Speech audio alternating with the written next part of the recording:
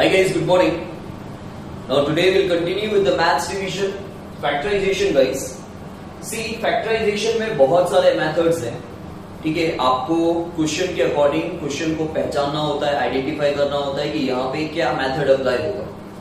See guys, we have three terms. आपको मैंने पहले भी बताया है कि तीन टर्म जब हो तो हम a plus b the whole square या a minus b the whole square की आइडेंटिटी अप्लाई कर सकते हैं, लेकिन उसके लिए फर्स्ट टर्म और लास्ट टर्म परफेक्ट स्क्वायर होना चाहिए. फर्स्ट टर्म तो परफेक्ट स्क्वायर है लेकिन लास्ट टर्म नहीं है. दूसरी बात हमेशा याद रखना, अगर परफेक्ट स्क्वायर्स होंगे तो वो नेगेटिव नहीं होंगे गाइस, वो हमेशा एक पॉजिटिव नंबर होता है. फॉर एग्जांपल, अगर यहां लास्ट टर्म परफेक्ट स्क्वायर होता भी लेकिन साइन कौन सी है, माइनस की है, मतलब नहीं चलेगा.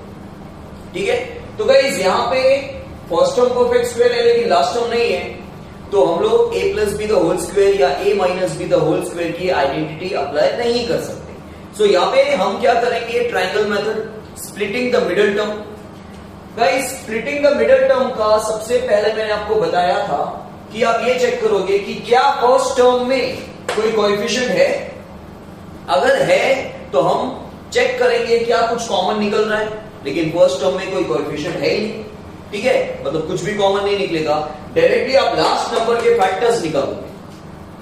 मतलब गाइस, आपको दो नंबर सोचने हैं जिनको मल्टीप्लाई करने पर 40 आए, और उन्हीं दो नंबर को फर्स्ट साइन सेम, ये वाली साइन फर्स्ट साइन ये सेम आएगी, second sign minus minus plus, so minus plus minus, और उन्हीं दो नंबर को माइनस करने पर, क्योंकि हमारी फाइनल साइन माइनस की है.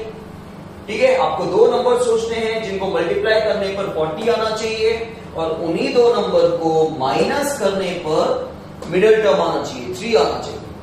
सो गाइस, 10 4 जा 40 होता है, लेकिन 10 माइनस 4 इज 6, हमको तो 3 चाहिए, तो नहीं चलेगा. 10 4 जा 8 5 जा 40, यस. 8 minus 5 3, yes. और हमेशा याद रखना, पहले आपको बड़ा नंबर बोलना है फिर छोटा. 8 5 जा 5 8 जा नहीं.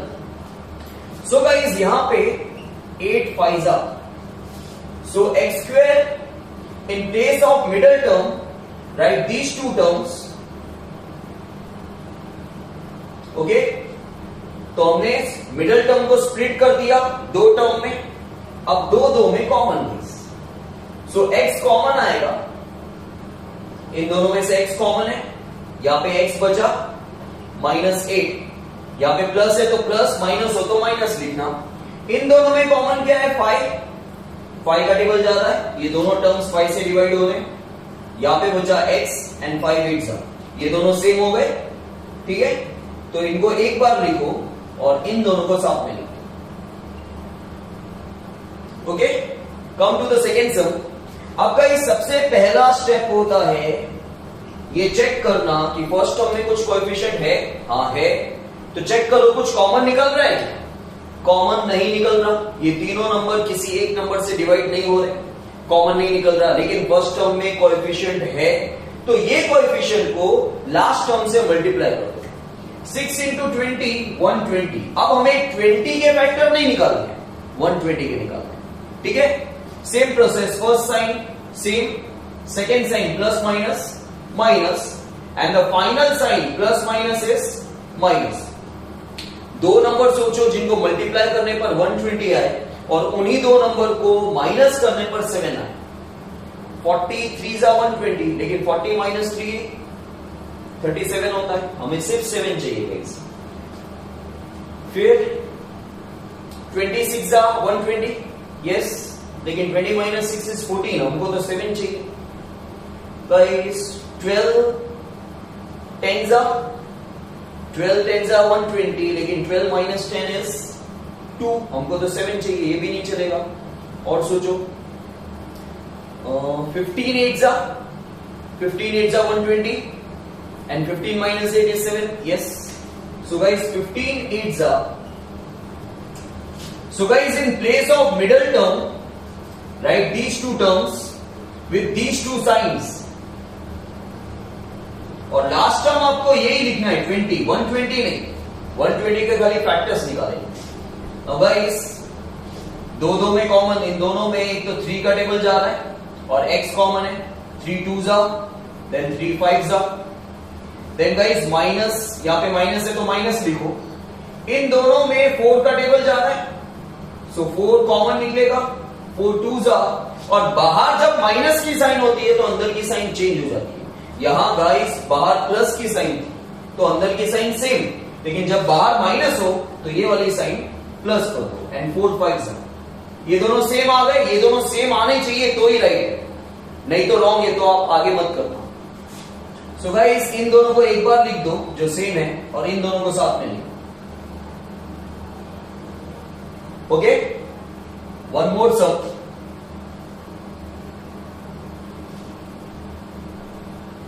Twelve x square plus 23x plus 5। Again guys first term में कोएफिशिएंट है तो चेक करो कुछ कॉमन निकल रहा है, नहीं निकल रहा है, तो इस फर्स्ट टर्म के इस कोएफिशिएंट को लास्ट टर्म के साथ मल्टीप्लाई करो। 12 5 60, first sign will be same and second sign is plus plus plus and plus plus plus।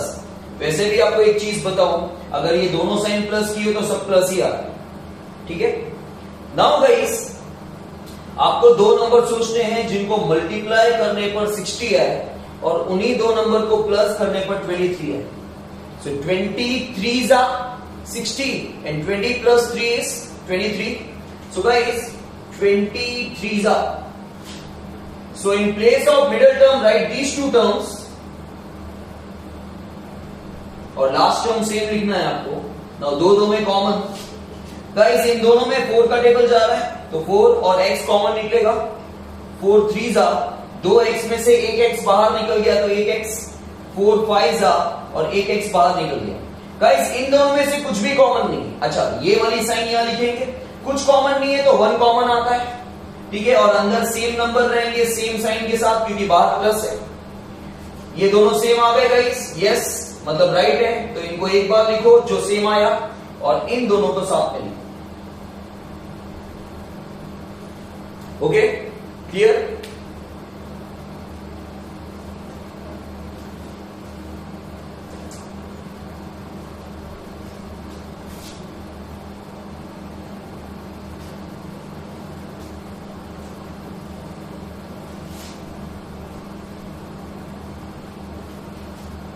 Now guys again factorize,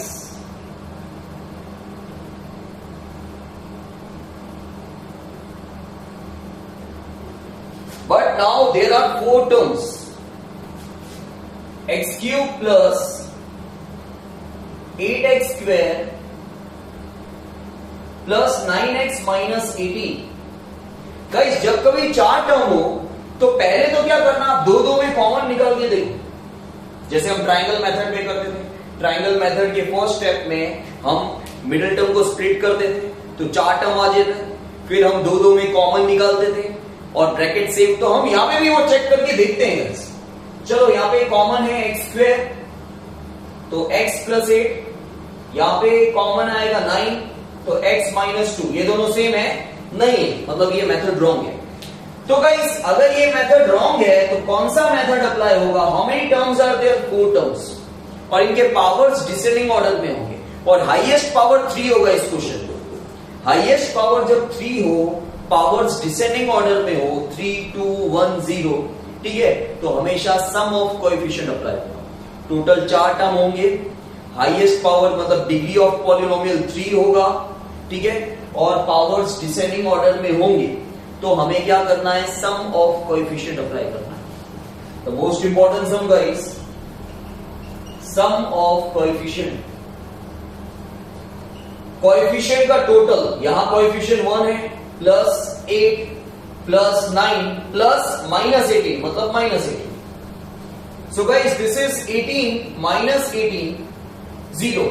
अगर कोएफिशिएंट का टोटल, सम मतलब प्लस, ठीक है, कोएफिशिएंट का टोटल अगर 0 आता है तो आप यहां लिखोगे x minus 1 is a factor.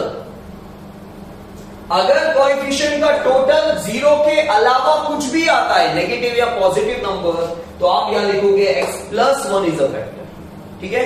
0 आया तो x minus 1 is a factor. Guys ये सम लॉजिकल नहीं है, मैंने पहले भी आपको बताया था, आपको ये सम एक तरह से रटना पड़ेगा, स्टेप्स इस एक के बाद एक क्या स्टेप्स आ रहे हैं। अब आपको गाइस एक बॉक्स बनाना है, बॉक्स में एक दो लाइन छोड़ के आपको एक हॉरिजॉन्टल लाइन बनानी है। इस बॉक्स में ये कोएफिशिएंट्स लिख दो, फिर आ जाओ इस फैक्टर पे, यहां पे क्या है -1 है, तो यहां पे उल्टा लेना है आपको +1, यहां पे +1 होता तो यहां पे बाहर -1 आ जाता। पहला नंबर जो भी है उसको नीचे उतार दो, एज इट इज 1 है तो 1, 2 हो तो 2। बाहर वाले नंबर को नीचे वाले नंबर के साथ मल्टीप्लाई करके सेकेंड टर्म के नीचे लिखो। बाहर वाले नंबर को नीचे वाले नंबर के साथ मल्टीप्लाई करना है, 1 1 जा 1, सो +1। इसको सॉल्व करो, +8 +1 +9। बाहर वाले नंबर को दूसरे नंबर के साथ मल्टीप्लाई करके तीसरे नंबर के नीचे लिखना है, 1 into 9 plus 9, 9 plus 9 is 18, 1 into 18 that is +18, -18 plus 18 is, यहां लास्ट में 0 आना चाहिए, नहीं तो रॉन्ग है, रॉन्ग है तो आपको आगे नहीं करना, मतलब आपकी मिस्टेक। ओके, सो गाइस हमारा फैक्टर क्या था, ये x -1, उसको 3 बार लिखो, थोड़ी सी जगह छोड़ छोड़ के लिखना। ओके, अब गाइस ये जो पहला नंबर है उसको कंपलसरी आपको x² के साथ मल्टीप्लाई करना है, दूसरे नंबर को x के साथ, तीसरे नंबर को 1 के साथ। अगेन मैंने क्या बोला, ये स्टेप्स है जो आपको फॉलो करने हैं। अब गाइस 1 इनको मल्टीप्लाई कर दो, 1 into x², यहां पे लिख दो x² plus 9 into x plus 9x plus 18 1 जा 18। अब गाइस 3 टर्म है हमारे पास, इन तीनों टर्म में कॉमन क्या है, x -1। सो गाइस आप लिखोगे x -1। अब क्या बच गया, यहां से ये बच गया x², यहां से प्लस 9x और यहां से plus 18। Okay, so guys again हम ट्रायंगल मेथड से स्प्लिटिंग द मिडिल टर्म से ये सॉल्व करेंगे। सो x -1 सेम लिख दो, इसको सॉल्व करें, 18 के factors, first sign will be same, second sign will be plus plus plus and the final sign is plus plus plus. 18 के फैक्टर्स निकालो कि प्लस करने पर 9 आए, ऐसे दो नंबर सोचो जिनको मल्टीप्लाई करने पर 18 आए और उन्हीं दो नंबर को प्लस करने पर 9 आए। 6 3 जा 18, 6 plus 3 9। So guys 6x and 3x. So guys in place of middle term we have to write these two terms and last term will be same. So x -1 दो में common, make a big bracket, x common, x plus 6, यहां पे plus है तो plus 3 common, x plus 6, ये दोनों same आ गए, मतलब राइट है। सो गाइस x -1 इनको एक बार लिखो, x plus 6 और इन दोनों को साथ में लिखो। क्लियर? और काफी बार गाइस यहाँ पे मिडिल टर्म का स्प्लिटिंग नहीं होता है, मतलब कोई फैक्टर्स नहीं निकलते हैं, तो यही आंसर, यहां तक ही आंसर होता है। ओके, एक और सम ले लेते हैं।